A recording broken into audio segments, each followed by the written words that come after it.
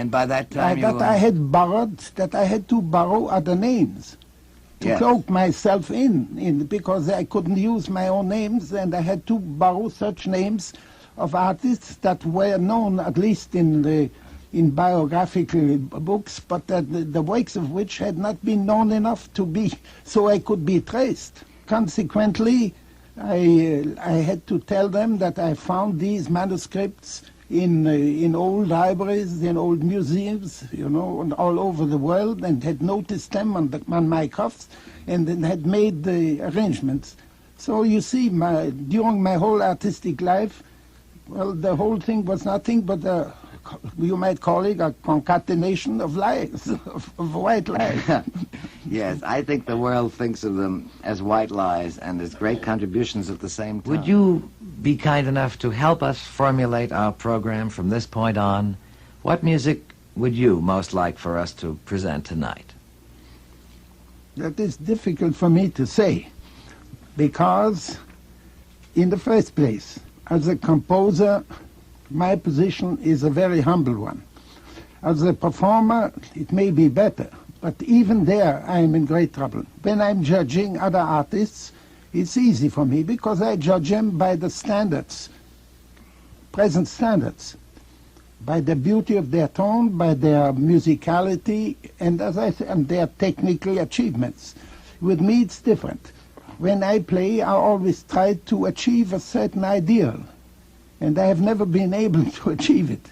When I came near it, and when I advanced in age, well, the ideal had progressed too, so that I came never near it. So for that reason, it's very difficult for me to tell you what I like best and what I don't like best. Yes, but you have just given us the definition of a truly great artist, one whose ideals always are far ahead of his ability to achieve them. And we would expect just that of you, Mr. Kreisler. Now, in what works would you say you came closest to those ideals? For example, we all know and love, and I don't believe there's anybody in music that I know, and this includes all the young violinists and many of the young great violinists, the younger great violinists, who do not feel that your performance, for example, of the Brahms concerto is the model of what that piece should be. Just as they do, I think, of the Mendelssohn and of the Beethoven.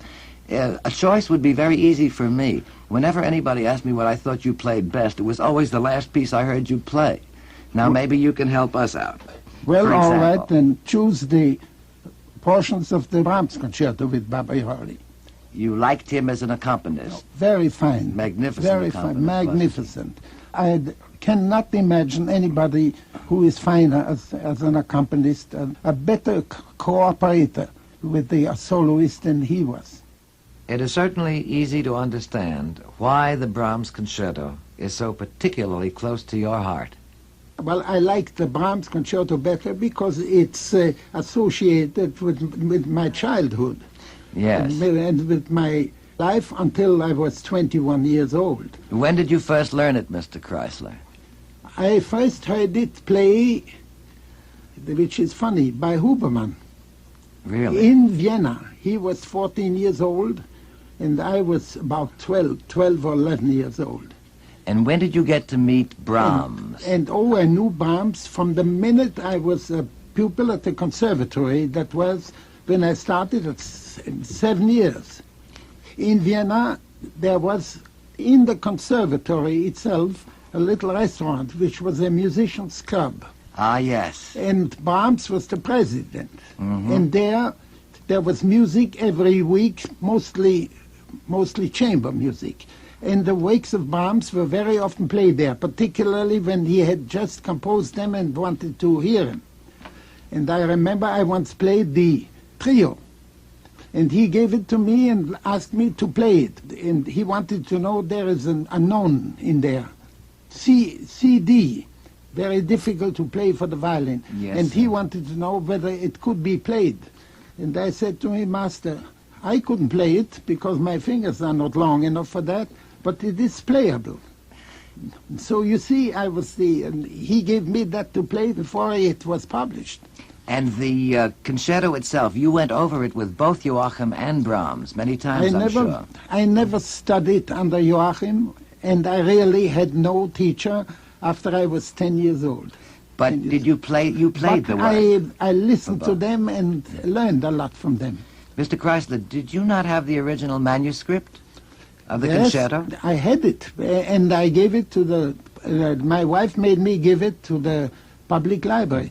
You know, Brahms was a very extraordinary man. He never thought that his concerto was fine. The concerto he loved most for the violin was the Viotti Concerto number 22 in A minor. Really? Yes, he wrote to Clara Schumann, who was his best friend. Yes. He said, tell Joseph, Joachim, if he comes here, not to forget to play that concerto, because that is much for, it's funny that Viotti could do with ease what for us is next to impossible.